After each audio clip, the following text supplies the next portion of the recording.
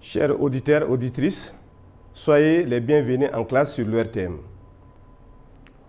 Après la leçon sur la quantité de chaleur, aujourd'hui, nous allons voir ensemble une nouvelle leçon qui a pour thème la transformation réciproque du travail mécanique en chaleur.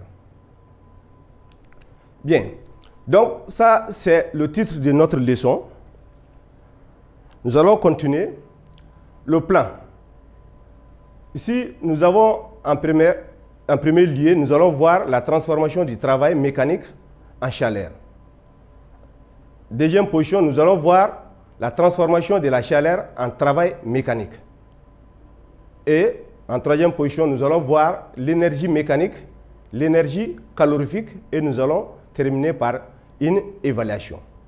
Bien, donc ça c'était le plan de notre leçon qu'on appelle aussi le contenu d'apprentissage.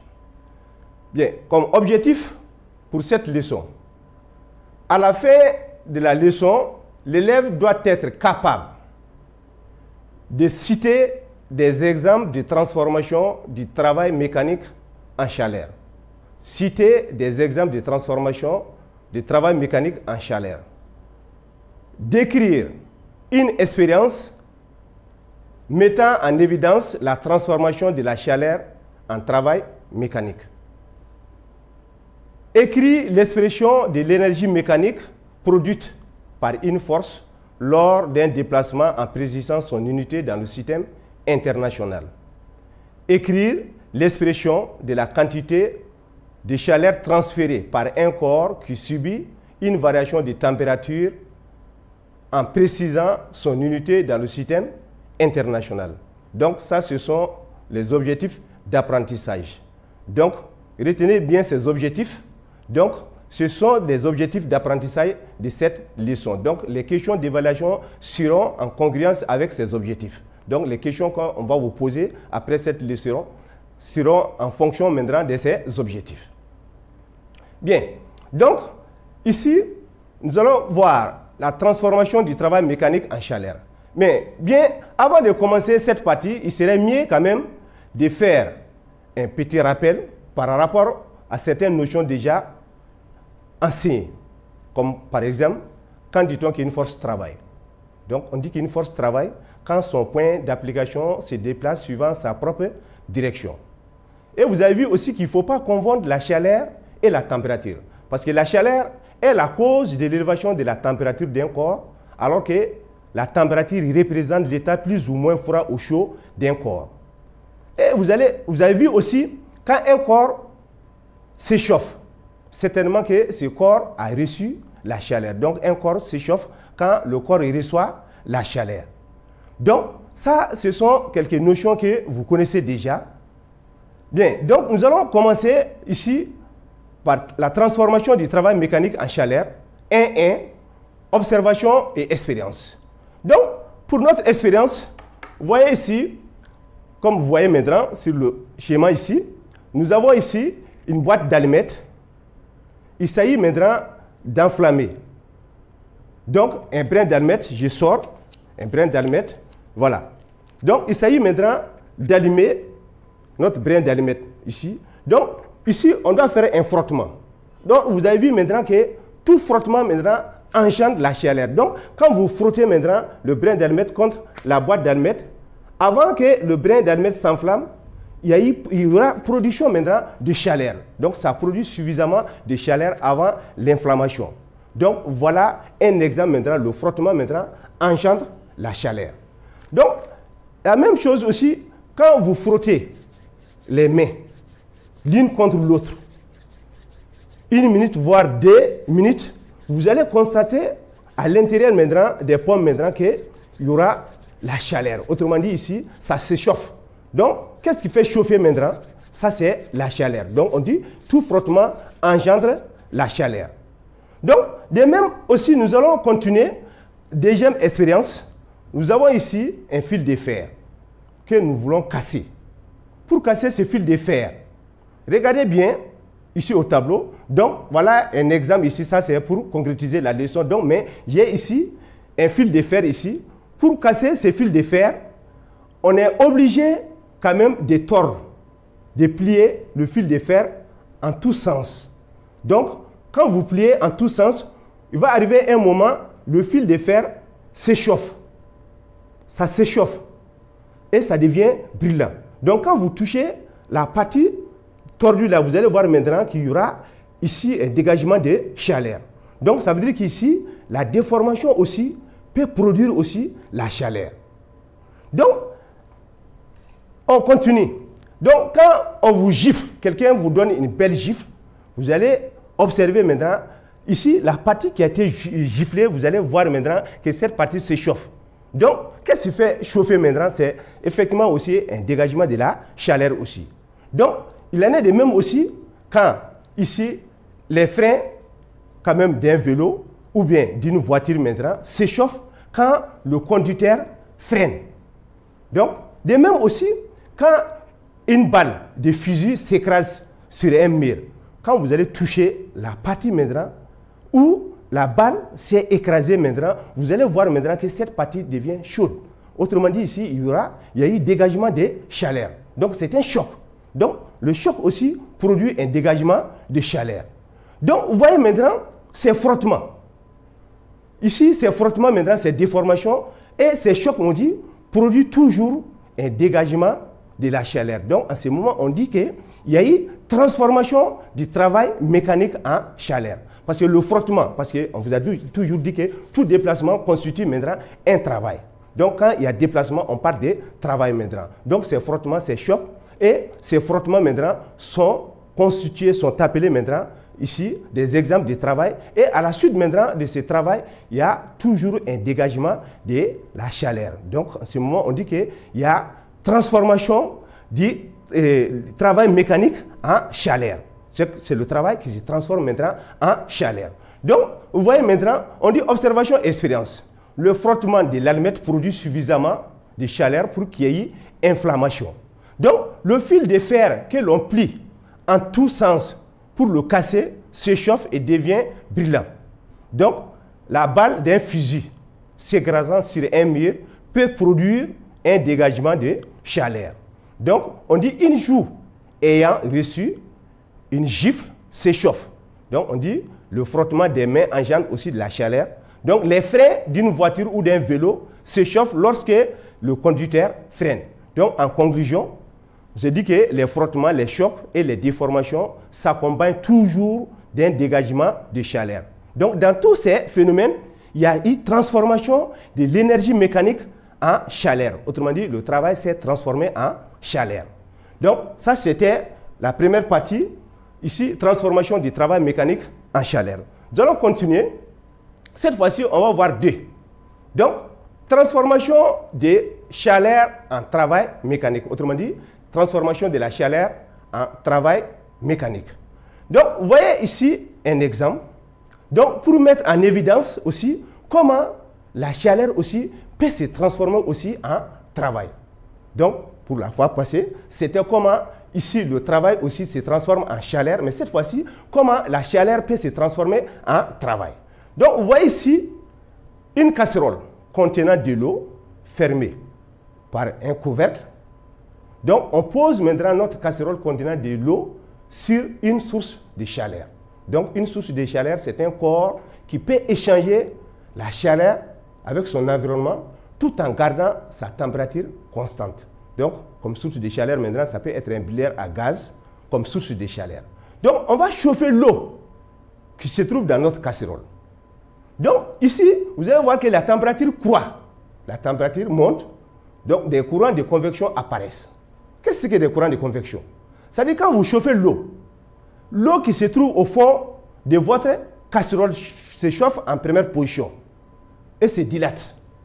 Si l'eau se dilate maintenant, sa masse volumique diminue. En ce moment, cette eau monte vers la surface de l'eau et est remplacée automatiquement par l'eau froide qui se chauffe à son tour et remonte à la surface aussi. Ainsi de suite, jusqu'à ce que l'eau reçoit la chaleur.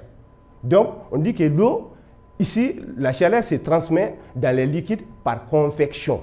Par convection. Sinon, les liquides sont des mauvais conducteurs de la chaleur. Mais ici, la chaleur se transmet dans les liquides par convection. Donc, l'ensemble des déplacements maintenant de l'eau maintenant est appelé maintenant des courants de convection. C'est-à-dire les déplacements de l'eau au sein de votre marmite maintenant pour s'échauffer maintenant, pour que l'eau s'échauffe, sont appelés maintenant les courants de convection.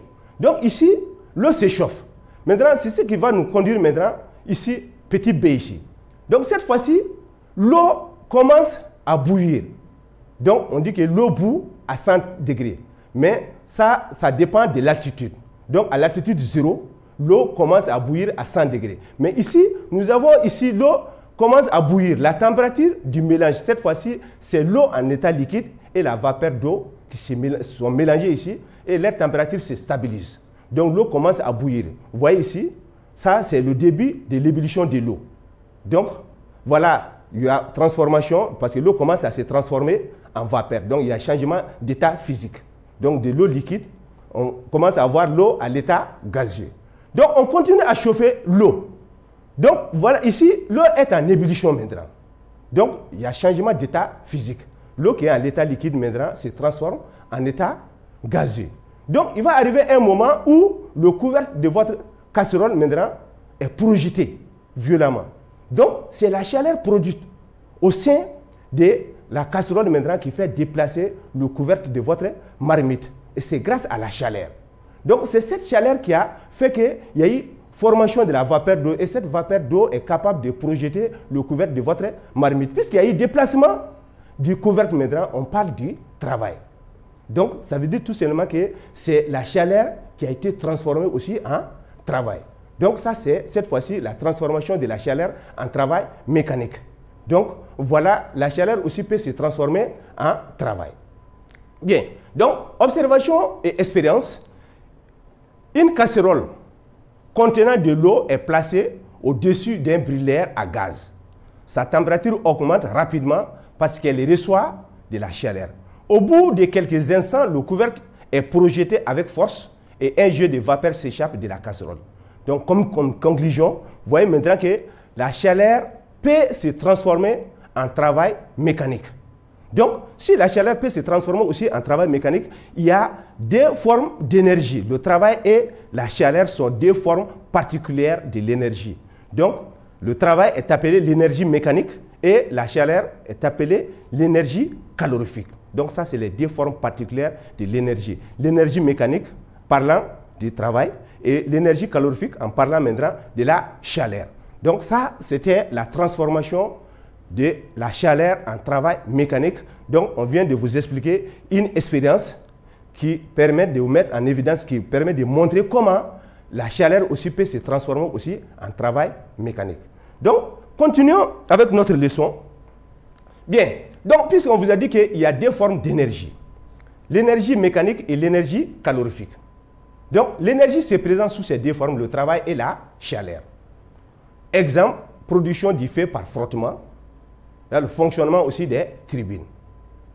Bien, donc en 3.1, l'expression de l'énergie mécanique, travail d'une force. Vous avez déjà vu cette expression au moment où vous avez étudié le travail.